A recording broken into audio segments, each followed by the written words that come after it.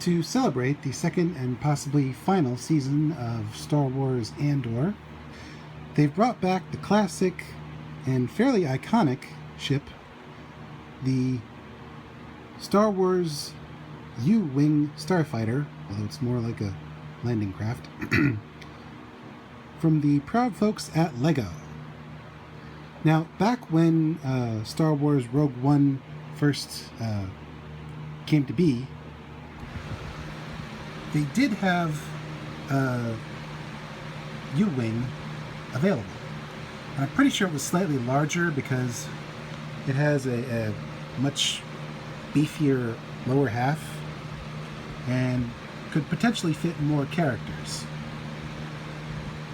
But this one is a little more streamlined, a little more bare bones, but it's not less than the sum of its parts. And it's certainly not less than the U-Wing that was originally presented.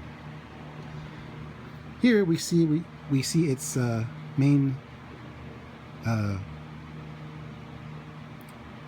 reason for having such a name, the U-shaped, or should I say fork-shaped, because personally I think it's more of a fork wing, but I guess fork wing could be accidentally mispronounced as something else, so they call it a U-wing.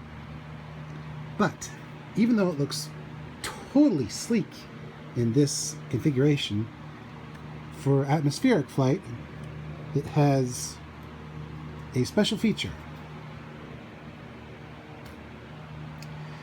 It can split into more of a Y-shaped design and utilize the wings for more atmospheric maneuverability.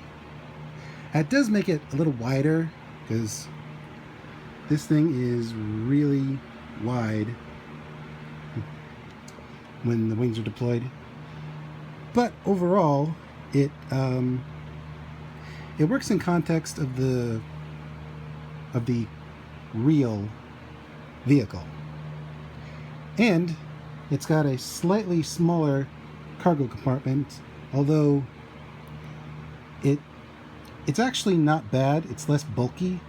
It can't fit multiple characters. It can only fit one, but it does have some fancy features that make for a halfway decent plaything overall.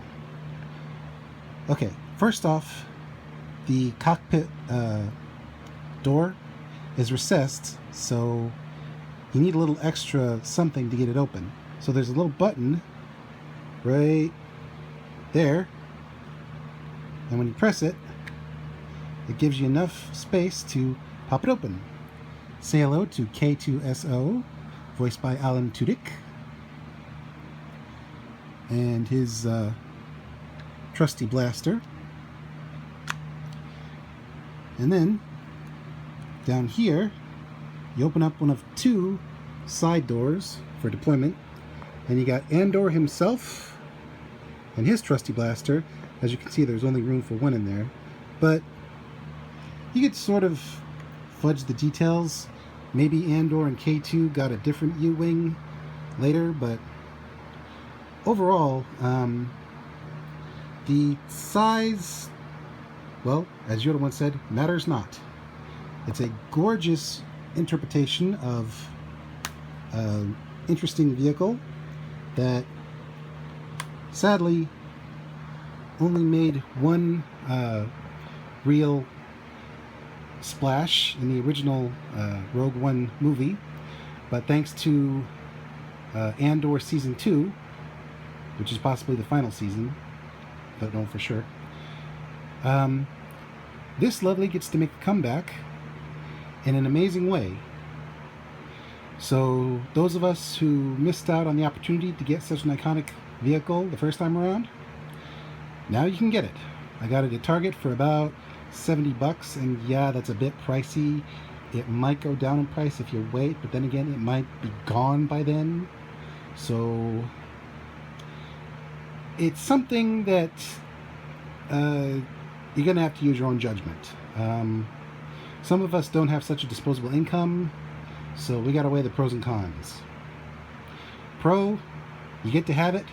Con, it's a bit of a knock to the old bank account, especially since other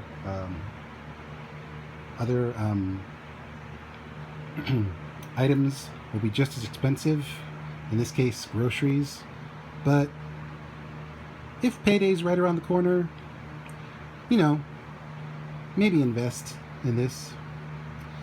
I'm glad I did, because I really wanted one, and I didn't want to pay like $400 or $500 on eBay for the original. But with this, now I have a great representation and a fairly enjoyable building experience.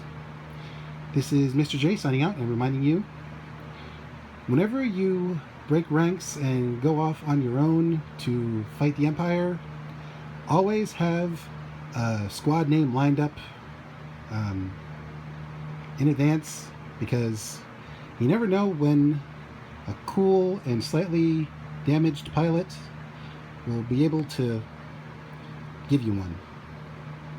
Rest in peace, Rogue One. We knew you well. And so long, Cassian Andor.